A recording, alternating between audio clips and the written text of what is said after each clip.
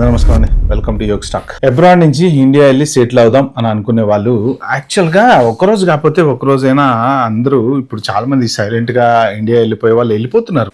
Main ఇప్పుడు ఈ particular వీడియోలో నేను చెప్దాం అనుకుంది ఏంటంటే, ఇండిపెండెంట్ హౌస్ కొనుక్కోవాలా, అపార్ట్మెంట్ కొనుక్కోవాలా, గేటెడ్ కమ్యూనిటీ కొనుక్కోవాలా, ఎక్కడ కొనుక్కోవాలి, ఎంతలో కొనుక్కోవాలి అనేది నేను చెప్తా.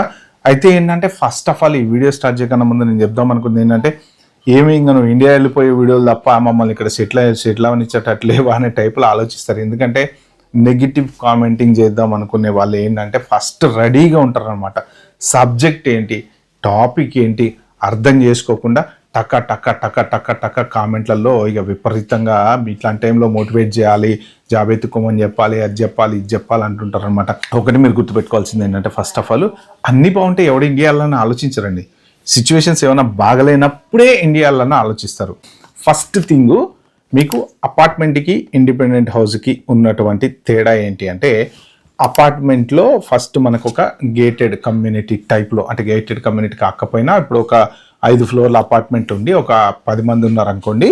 సో మీరు ఏంటంటే అమెరికా నుంచి రాగానే అపార్ట్మెంట్లో ఉన్నారనుకోండి, ఫర్ ఎగ్జాంపుల్, మీకు లోన్లీ ఫీలింగ్ రాదు. ఎందుకు అంటే అక్కడ అందరూ పండగలు, పబ్బాలు, వినాయక చవితి అవి ఇవి ఏవో చేస్తూ ఉంటారు, ఫంక్షన్లు చేస్తూ ఉంటారు.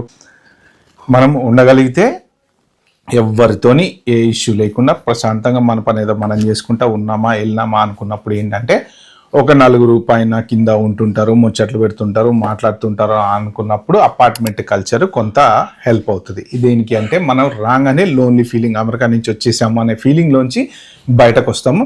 కానీ గాసిప్స్ ఉంటాయి, ఆడవాళ్ళ డిస్కషన్స్ ఉంటాయి.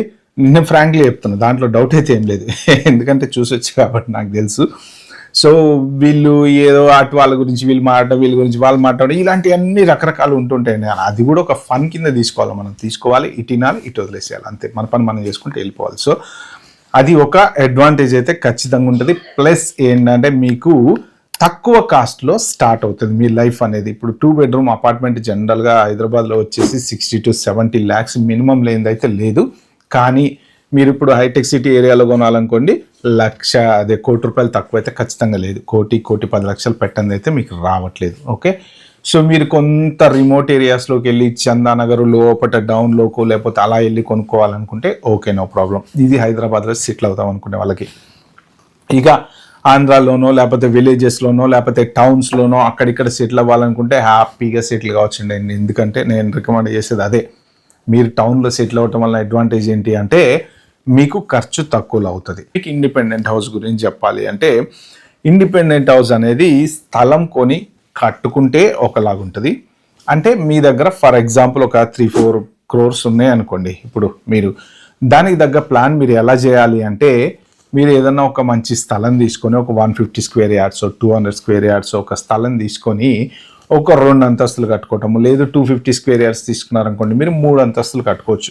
దాంట్లో మీకు కొంత క్యాష్ మీరు చేతి నుంచి పెట్టినా, కొంత లోన్ తీసుకున్నా, మీరేంటంటే ఒక 2-3 పోర్షన్ల లాగా ఇల్లు ఎప్పుడైనా కానీ మరీ హెవీగా కట్టుకోకూడదండి, రీజనబుల్గా కట్టుకోవాలి. దాంట్లో ఒక 3 పోర్షన్లో 2 పోర్షన్లో రెంట్కి వచ్చేలాగా మీరు కట్టుకున్నారనుకోండి, ఏమవుతుందంటే ఫర్దర్ డౌన్ ఐటీ జాబులు ఎలా ఉంటే తెలీదు. ఇప్పుడు మీకు ఒకవేళ జాబ్ వచ్చి బాగున్నారు అంటే ఫైన్, నో ప్రాబ్లం. బట్ రేపు పొద్దున ఒకవేళ జాబ్ లేదు అంటే మీకు ఆ రెంట్ వల్ల వచ్చేటువంటి ఇన్కమ్ తోటి మీ లైఫ్ వెళ్ళిపోతుంది అనమాట. గవర్నమెంట్ ఎంప్లాయీస్కి పెన్షన్స్ ఉన్నాయి, అంటే ఇప్పుడున్న గవర్నమెంట్ ఎంప్లాయీస్ కాదని పాత గవర్నమెంట్ ఎంప్లాయీస్కి.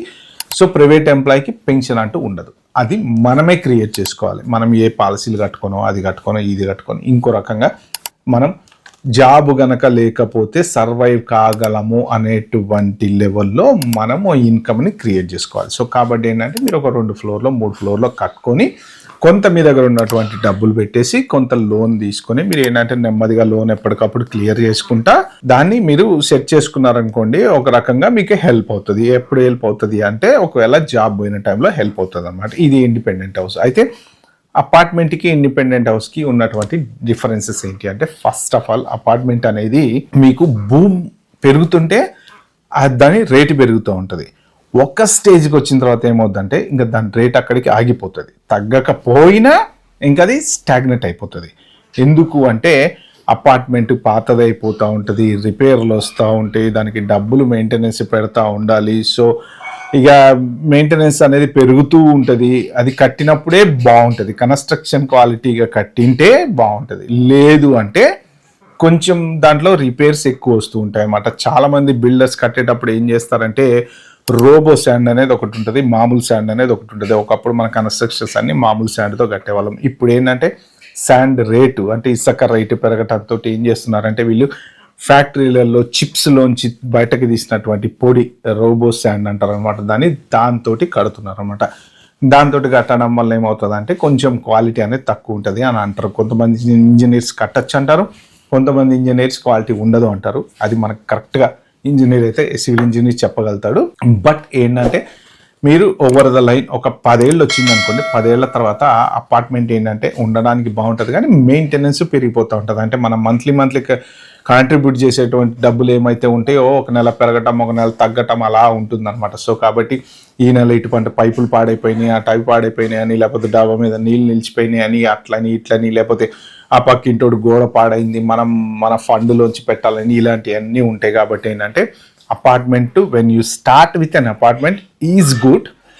స్లోగా మీరు ఏం చేయాలంటే ఒక 4 years 5 years ఇండిపెండెంట్ హౌస్కి వెళ్ళడానికి ట్రై చేయండి. అంటే ఏదో ఒక ఏరియాలో ఎక్కడో ఒక్కడ ఒక 150 గజాలైనా సరే మీకంటూ మీ ఓన్ స్థలం అనమాట. ఎందుకు అంటే అపార్ట్మెంట్ ఒకవేళ పాతదైపోయినా ఇల్లు అనేది ఏంటంటే మీకు ఎన్ని రోజులైనా స్టాండర్డ్గా ఉంటుంది. ఒకవేళ రేపు పొద్దున ఇల్లు పాత పడిపోయినా సరే మళ్ళీ పడగొట్టి మళ్ళీ కొత్త ఇల్లు కట్టుకోవాలన్నా మీ స్థలం మీకు ఉంటుంది. అపార్ట్మెంట్లో ఏంటంటే మీకు ఫర్ ఎగ్జాంపుల్ ఒక 300 గజాల్లో ఒక 500 గజాల్లో ఒక 10 ఫ్లాట్లు వేసారనుకోండి, మీ పేరు మీద ఒక 50 గజాలు వస్తుంది అనమాట. ఒక అపార్ట్మెంట్ ఒక 40 ఏళ్ళు 30 ఏళ్ళు అయిపోయిన తర్వాత పాతది అయిపోయిన తర్వాత దాన్ని తీసి మళ్ళీ కట్టాలి అంటే మీకు ఆ 50 గజాలలో వాటా ఉంటుంది తప్ప బిల్డింగ్ ఒకసారి పడగొడితే మీ డబ్బులు జీరో అయిపోయినట్టు. ఓకే, ఆ ల్యాండ్ కాస్ట్ ఏదైతే ఉంటుందో మీకు 50 గజాలకి ఫర్ ఎగ్జాంపుల్ ఒక 1,00,000 రూపాయలు ఉందనుకోండి, గజము 1,00,000 రూపాయలు ఇంటూ ఈ 50 గజాలు. సో అదే మీ ఆస్తి అనమాట. సో ఈ బిల్డింగ్ కన్స్ట్రక్షన్ అనేది ఉండదు. ఇండిపెండెంట్ స్థలము ఇండిపెండెంట్ హౌస్ ఏంటంటే మనది మనకి ఉంటుంది, మనల్ని ఎవడు వచ్చి ఏమి అనడు. అపార్ట్మెంట్లో లాగా అటు హెడ్ఏక్ ఇటు హెడ్ఏక్ ఉండదు, వీళ్ళ గాసిప్స్ అవి ఉండవు, మన గోల మనకే. ఇక నెక్స్ట్ వచ్చేసి గేటెడ్ కమ్యూనిటీ. గేటెడ్ కమ్యూనిటీ ఏంటంటే కాస్త అన్ని ఇల్లు ఒకేలాగుంటాయి. సో కొంచెం సెక్యూరిటీ అనేది చాలా ఎక్కువ ఉంటుంది. మీకు ఆ సెక్యూరిటీ ఓడు ఉంటాడు, బయట ఎవడన్నా లోపలికి రావాలన్నా పోవాలన్నా కొంచెం అంటే రీజనబుల్లీ చెప్పుకోవాలి అంటే మనం గేట్ దాటి బయటకు వెళ్ళిన తర్వాత ఎవడు ఎలా ఉంటాడో తెలియదు కానీ గేట్ లోపల ఉన్నంత వరకు మాత్రం ఎవడు ఈ దొంగల ప్రాబ్లం అని అలాంటి ప్రాబ్లమ్స్ అన్నీ ఉండవు అనమాట. జనరల్గా gated community is the safest place. So మీరు ఎవరైనా పిల్లలు ఉన్నారనుకోండి, పిల్లలు బయటకు వెళ్ళి ఆడుకోవాలనుకున్నా అక్కడే వాళ్ళకి గేమ్స్ ఉంటాయి, అవి ఉంటాయి, స్విమ్మింగ్ పూల్ ఉంటుంది. తర్వాత ఏమైనా ఫంక్షన్స్ చేసుకున్నా కానీ లోపటే మీకు దానికి సంబంధించినటువంటి హాల్ ఉంటుంది, మీరు బయటకు ఎక్కడికో వెళ్ళి చేసుకోకర్లేదు. సో ఇలాంటి అడ్వాంటేజ్లు అన్నీ ఉంటాయి అన్నమాట గేటెడ్ కమ్యూనిటీకి. అయితే ఏంటంటే మెయింటెనెన్స్ అనేది హై మెయింటెనెన్స్ ఉంటుంది.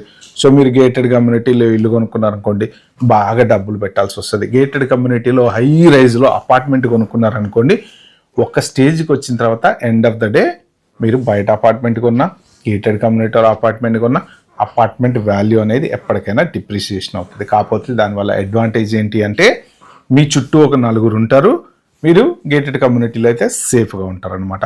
ఫైనల్గా ఇప్పుడు నా ఈ పర్టికులర్ వీడియోలో నేను చెప్దాం అనుకుంది ఏంటంటే ఎటు వచ్చినా మీరు ఎక్కడి నుంచి స్టార్ట్ చేసినా ఎలా స్టార్ట్ చేసినా మీరు ఒక ఇండిపెండెంట్ హౌస్ మీ పేరు మీద ఊరికి దూరంగా ఉన్నా పర్లేదు ఒక స్థలం కొనుక్కొని మీది మీరు కట్టుకోవడానికి ప్రయత్నం చేసేలాగా ప్లాన్ చేసుకోండి.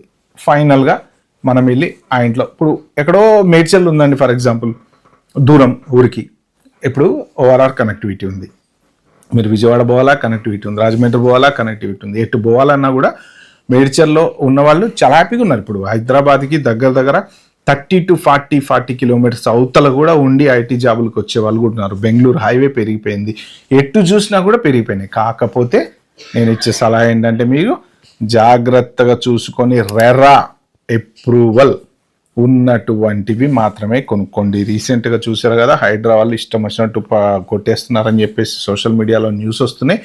మేము ఇంత కష్టపడ్డాము, ఇన్ని డబ్బులు పెట్టాము, ఇట్లా పోగొట్టుకున్నాము, వాళ్ళు వచ్చి పగలగొట్టేశారు, మాకు నోటీసులు ఇవ్వలేదు అని చెప్పి మరి ఇందులో ఈ ఎవరిని తప్పు పట్టాలనేది ఎవరికి అర్థం కావట్లేదు. అన్ని కరెక్ట్గా ఉంటే మరి పర్మిషన్ ఎట్లా ఇచ్చారు మరి అధికారులు?